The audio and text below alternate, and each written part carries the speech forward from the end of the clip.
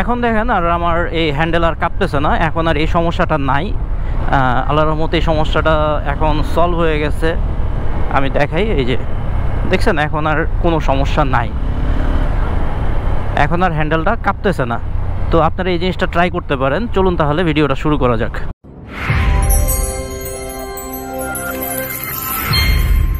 হে everyone, আসসালামু আলাইকুম। সবাই কেমন আছেন? আশা করি সবাই অনেক ভালো আছেন। বন্ধুরা, আজকের ভিডিওটা শুধুমাত্র হর্নেট 2.0 ইউজারদের জন্য। বন্ধুরা, আমরা রিসেন্টলি অনেক ভিডিও দেখতেছি বা অনেক ভাইদের একটা সমস্যা, সেটা হচ্ছে যে বাইকের হ্যান্ডেলের কাঁপাকাঁপি। আমি একটা ভিডিও শেয়ার করেছিলাম, সেটা হচ্ছে যে যখন আমি খুলনা ট্যুর দিই তখন আমি একটা ভিডিও শেয়ার করছিলাম যে আমার বাইকের হ্যান্ডেলও একটু কাঁপাকাঁপি করতেছিল।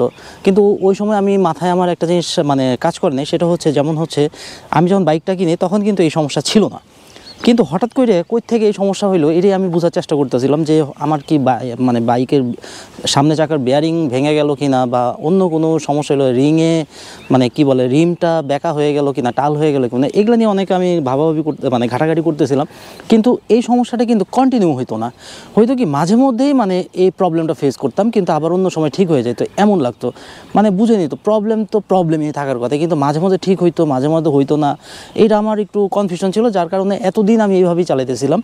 দেন আমি সার্ভিস সেন্টারে যাই, তাদের আমি বলি যে ভাই আমার এই সমস্যাটা হইতেছে, এবং তারা একটু রাইড করার পরে দেখলো যে হ্যাঁ, যেমন হচ্ছে যখন আমরা টার্নিং নেই তখন একটু বোঝাই যায় যে এটা কাঁপতেছে। তো রাইট বা লেফটে যখনই যাই তখনই এই সমস্যাটা হয়। দেন তারা আমাকে জিজ্ঞেস করলো যে আমি কি জেল ইউজ করি কি না সামনে চাকায়।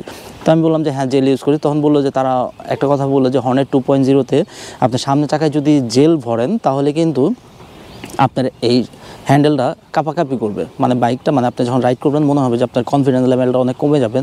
তো আসলে আমার মাথায় একটা জিনিস যে এর আগে যে আমি আরও যে কয়টা বাইক ইউজ করছি সবগুলোর মধ্যেই কিন্তু জেল ইউজ করতাম, কিন্তু তখন কিন্তু এই ধরনের কোনো সমস্যা ফেস করতাম না। কিন্তু এই বাইকে এই সমস্যা, এখন কিছু করার নাই।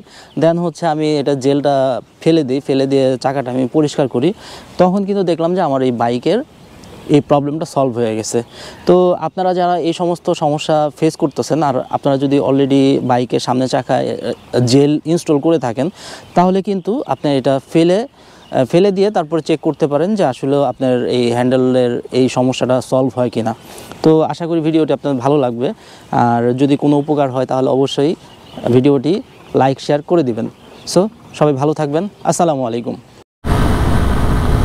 জিক্সার কি আমাকে খেয়ে দিতে পারবে নাকি আমি জিক্সারকে খাইয়ে দেবো? দেখা যাক। অনায়াসে জিক্সারকে খেয়ে দিলাম আমার হর্নেট 2.0 উইনার।